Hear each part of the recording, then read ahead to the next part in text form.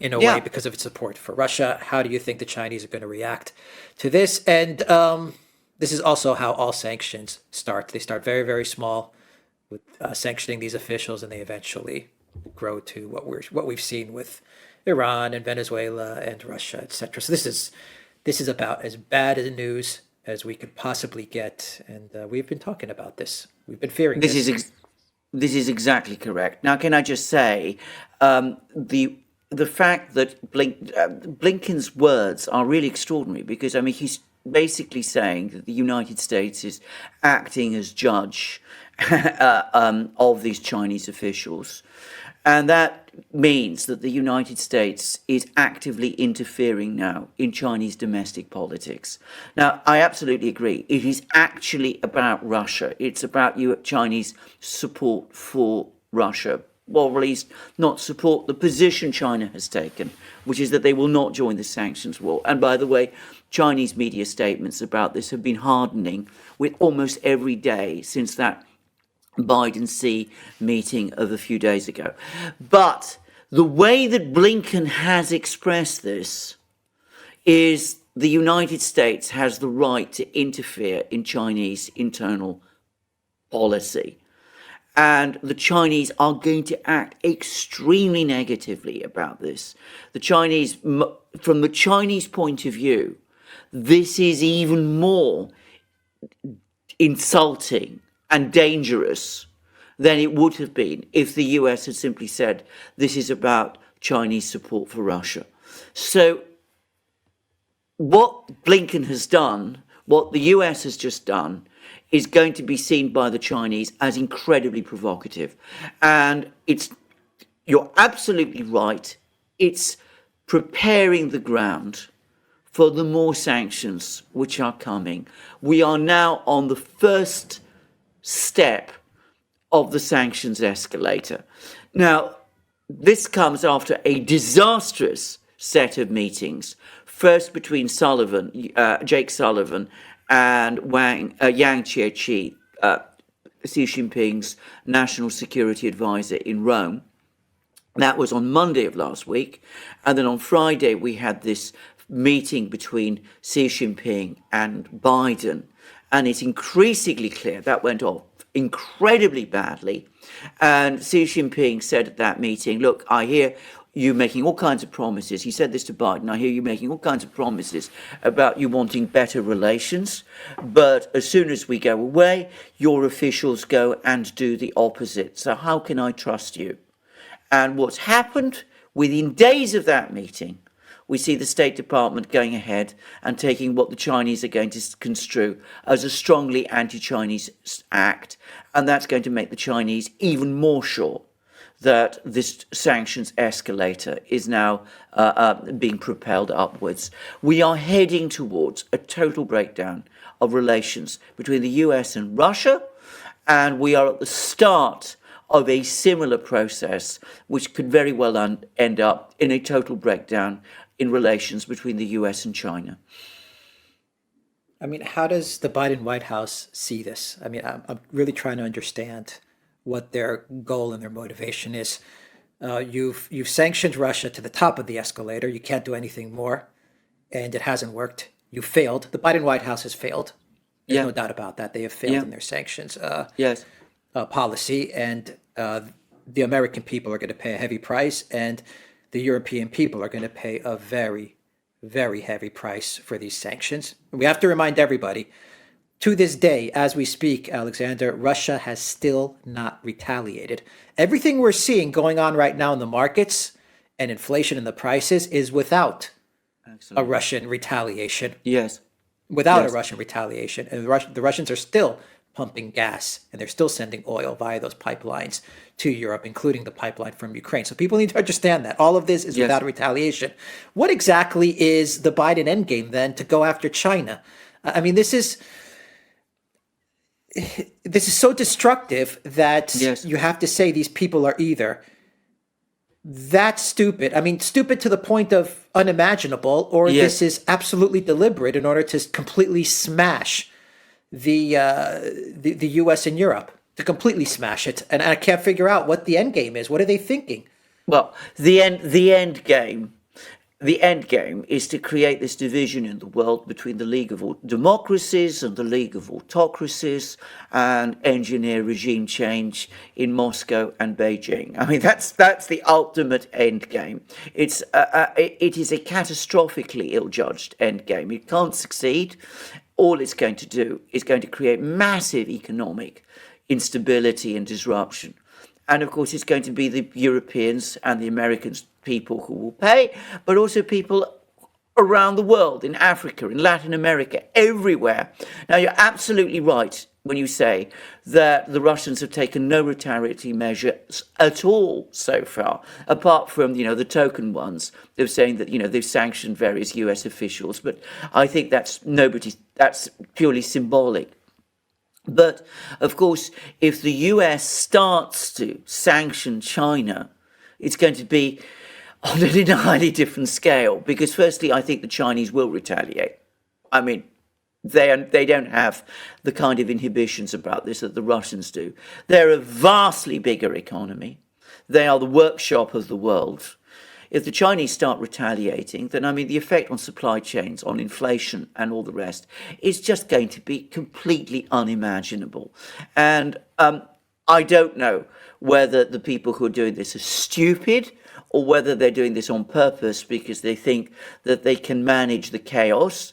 But the effect either way will be the same. We will have economic chaos. And for the record, I don't think, if they think they can manage it, that they can, because managing chaos is impossible. China's not going to back down. I believe Oh, they think that China is going to back down and ditch Russia. I think the chances of that are nil to zero, if that's even a possibility. I don't think that's going to happen. What do you expect China to do now? Are they going to well, wait and see what else is going to come their way, or what? I think they're going to be preparing. My impression, by the way, is that the Chinese are already preparing for the sanctions which they know are coming. I've seen scattered reports that the Chinese government is giving out warnings to people right across the Chinese political and economic sphere that the US is preparing a sanctions war against China. So I think that's the first thing they're going to do. And I think there's probably now already a committee being set up in Beijing to prepare for that, and probably another committee to work out what retaliatory steps China should take. Now, there's a number of important things to say. Firstly, unlike Russia, China still holds a lot of US debt.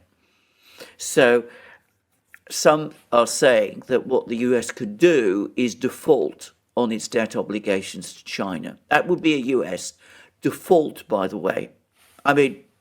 It's incredible to think that that is even talked about, but apparently it is being discussed, and that could be coming.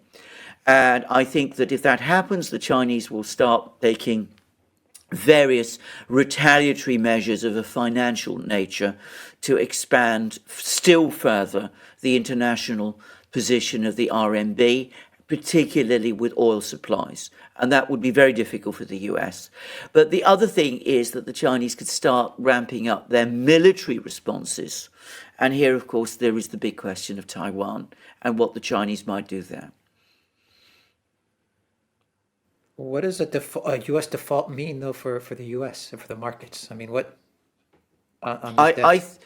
I think that the Blinkens, the Sullivans, the Newlands, the man I've forgotten his name who runs U.S. policy, but against China, but who's apparently equally hardline against China as Newland is against Russia. I think they think that if they pass it off as a sanctions, the market will not see it as a default. The market will see it as a default. It will be the United States will have defaulted on its international debt obligations. That is going to be epic. Now, I've said already that sanctioning a central bank in the way that it went after the Russian central bank was epic. But if the United States refuses to honor its debts to a country like China, then we are in a completely different world. That would be an awesome event. I mean, I wonder how Wall Street, the it, Fed. horrified, I Go ahead. suspect. They'd be horrified. I mean, from their point of view, the whole point about the Wall Street banks and the Fed is that they want to keep the world economy on an even keel, or the global economy on an even keel. But the Fed has made it very clear that it wasn't even told in advance about the sanctions on the Russian central bank. So it looks as if they've been cut out of the decision-making loop. So you think this could be a play to kind of default on their obligations by imposing sanctions? I That think, may be I the play think, there. I think this is where we're heading. I mean, to be very clear, the US has no difficulty for the moment honouring those financial obligations to China. This isn't a case of the US being unable to pay its treasury, honour its treasury bills. It would be a political decision, but it would still be seen around the world as a default. They would package it as a sanctions measure. But of course, it's still a default. So just as freezing the Russian central bank's funds in Western banks, as the Russian finance minister pointed out, that is also a default. But of course, what is being discussed with China, and I know for a fact that this is being discussed, by the way, this would be on an entirely different level. And already, apparently, the governor of the Indian central bank has issued a statement that what they did to the Russian central bank, they could do to the Indian central bank. And of course, if they start taking these actions against China, well, it's just unimaginable what they would do. But the reason they're doing it is not because they have to default on China. It's a political thing. With the neocons, it always is. The neocons, if you read the things they write, these very complicated articles, it's full of geopolitics, it's full of all kinds of things like that. They very rarely discuss, they never discuss economics. Neocons don't do economics. They don't understand logistics. They don't think about these things. What they see is, what they're looking for always is points of vulnerability on the other side that they can sort of exert pressure on, expecting that that's going to lead to a crash on the part of the other side. They never think back and say to themselves, how will this impact on us? Well, how will it impact on them? How will all this impact on the U.S.? I mean, what do all the companies that are integrated into China do? I mean, if this starts to escalate, where do we Right. go? Well, first of all, right, a number of things. First of all, if we're talking about just sanctions on, doing business in China, that'll massively, that will create a supply chain crisis of like we've. Well, it's going to escalate. My point is, or just Yes, before you get started, my point is that this stuff always escalates. I mean, Yeah, you always start absolutely. small and then you go up the escalator. And it's a Absolutely. given now. It's done. The It's done. Pandora's box has been opened. Absolutely, Yeah. I completely agree. Go So ahead, what you're going to get is, you're going to get supply chain disruptions that will lead to even higher inflation. Now, if you then sanction if you then freeze payments, freeze payments to China on U.S. debt, then that means you're going to have more difficulty covering your financial, your trade and other deficits, which will make it more difficult to keep the dollar, stable. So at that point, you're going to start putting the Fed under extreme pressure because it's got to worry about an inflation crisis. It's got to worry about supporting the dollar. It's got to try and find ways of compensating for China and for the effect this would have by still attracting funds into the US. That points to much higher interest rates, which would trigger a huge recession in the US, far bigger than the one we're talking about with the oil problems. So, we're talking about a massive contraction. I just have the feeling that this Biden White House has completely just lost control to a level that we've never seen from from any administration, U.S. administration ever in the past. I mean, not even Jimmy Carter compares to this. I mean, this is something needs to put a brake on this, because we are at Yeah. the first escalator of sanctions, and someone needs to put a stop to this before this goes any higher. And I'm just thinking to myself that this White House, it's so immersed in ideology, and it's so immersed in neocon and neoliberal thinking with a very weak center in the form of Joe Biden, that this is not going to. I'm just trying to find the words for this. Yeah. We're looking at a we're on- smash. We're looking at a complete crash here. We are absolutely. We're on a runaway train, which is hurtling towards a cliff. I mean, that's what we are on. And what we've got to do, somebody has got to apply the brakes and do that fast. Now, Blinken and co are not going to do that. I mean, you only have to look at. I mean, the statement that you read out from Blinken when he announced these sanctions tells you that there's going to be more sanctions, because the Chinese aren't going to change their policies in in these regions. So inevitably, there's going to be more sanctions. We are now, as you said, on a sanctions escalator, and that's going to intensify and grow rapidly. This isn't like the Huawei affair or the TikTok affair, which you could pass off as commercial battle. This is attacking China in relation to what it is doing within China itself, within the People's Republic of China. So if you are on a runaway train, somebody has got to apply the brakes. The president isn't going to. He's incapable of doing that. It has to be someone from outside. I don't know how that's done. The American political system makes that extremely difficult. And at the moment, the problem is Congress doesn't seem to have any understanding of where all this is going. Yeah. Do you have any other thoughts about this before we wrap up this video? I'm still, the whole thing is just so, I can't figure out what the hell they're trying to do. Are they that incompetent? Are they that crazy? Are they that immersed in ideology, or is this a deliberate way of just crashing the system and getting this bipolar world and getting this divorce done with, no matter how destructive this may be? Well, bear in mind that all the things you've just said don't necessarily contradict each other. You can be ideological and stupid at the same time.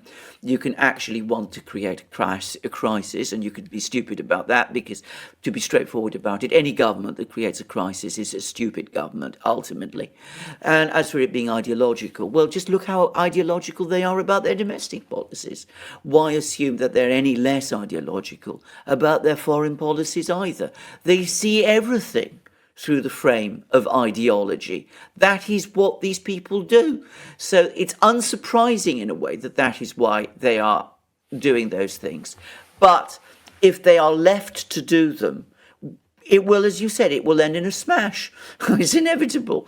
The question is whether there are forces in the US that are able to slow this train down. And I'm going to say straightforwardly, the first place you need to look at is the Fed. The Fed at the moment is very, very nervous about raising interest rates. But you did get this statement by Jerome Powell that they would be ready to do that. I mean, one thing that could bring this whole thing to a grinding stop now, is if the Fed increased interest rates to 3%, for example, 5% or something like that. That might take the wind out of the sails here.